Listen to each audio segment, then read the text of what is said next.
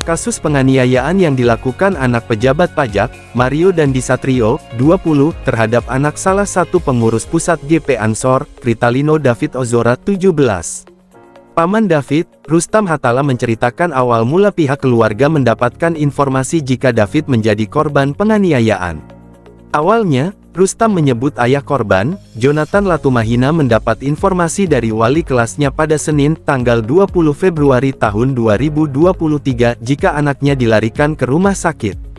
Jadi waktu itu saya bersama ayah korban bersama-sama hari Senin sekitar pukul 19.30 WIB itu ayah korban David, Mas Jonathan mendapat pesan dari wali kelasnya David, bahwa David dipukul dan dilarikan ke UGD RS Medika Permata Hijau.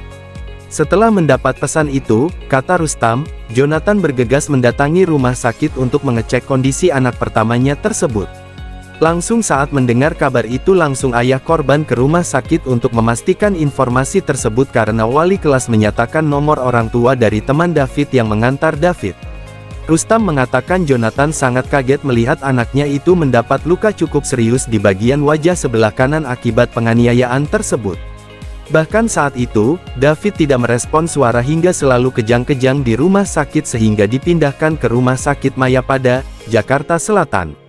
Saya kurang tahu lebih detail terkait luka, karena hari keduanya kalau saya saksikan di bagian wajah sebelah kanan sangat parah. Meski begitu, Rustam bersyukur atas doa seluruh masyarakat sehingga David sudah menunjukkan perkembangan baik yang sangat signifikan. Sejak kemarin kondisi David sudah ada peningkatan, sudah ada respon yang lain, jadi David sudah tidak dikasih obat penenang juga tadi sudah tidak menggunakan beberapa alat bantu lagi karena sudah mulai membaik, belum sadar. Jadi hanya ada respon-respon.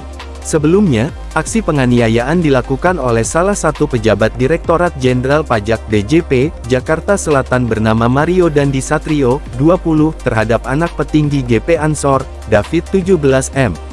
Awalnya, teman wanita Mario berinisial AGH yang menjadi sosok pertama yang mengadu jika mendapat perlakuan kurang baik dari korban hingga memicu penganiayaan itu terjadi. Belakangan diketahui orang yang pertama memberikan informasi jika orang yang pertama kali memberikan informasi kepada Mario mengenai kabar temannya, AGH diperlakukan tak baik yakni temannya berinisial apa. Adapun informasi itu, dikabarkan oleh apa kepada Mario sekitar tanggal 17 Januari tahun 2023 lalu yang dimana menyatakan bahwa saksi AGH mendapat perlakuan tak baik dari korban. Kemudian mendengar informasi yang tidak mengenakan itu, tersangka MDS mengkonfirmasi hal itu kepada AGH, ucap Kapolres Metro Jakarta Selatan Kombes Pol Ade Ari dalam konferensi pers di Polres Metro Jakarta Selatan. Ade Ari pun menjelaskan, bahwa AGH kala itu juga membenarkan jika dirinya mendapat perlakuan tak baik tersebut ketika dikonfirmasi oleh tersangka Mario. Setelah dibenarkan oleh AGH itulah yang membuat tersangka MDS emosi dan mengajak anak korban untuk bertemu, jelasnya. Atas hal itu, akhirnya AGH menghubungi korban yang saat itu tengah berada di rumah temannya berinisial R di kawasan Ulu Jami, Pesanggerahan, Jakarta Selatan dan terjadi penganiayaan tersebut. Saat itu, kata Ade Ari, orang tua R mendengar ada keributan di depan rumahnya dan melihat korban sudah dalam posisi tergeletak di dekat pelaku. Orang tua R langsung mendatangi dan melerai selanjutnya membawa D ke RS Medika Permata Jalan, Permata Hijau Raya Kebayoran Lama Jakarta Selatan dengan dibantu oleh security komplek.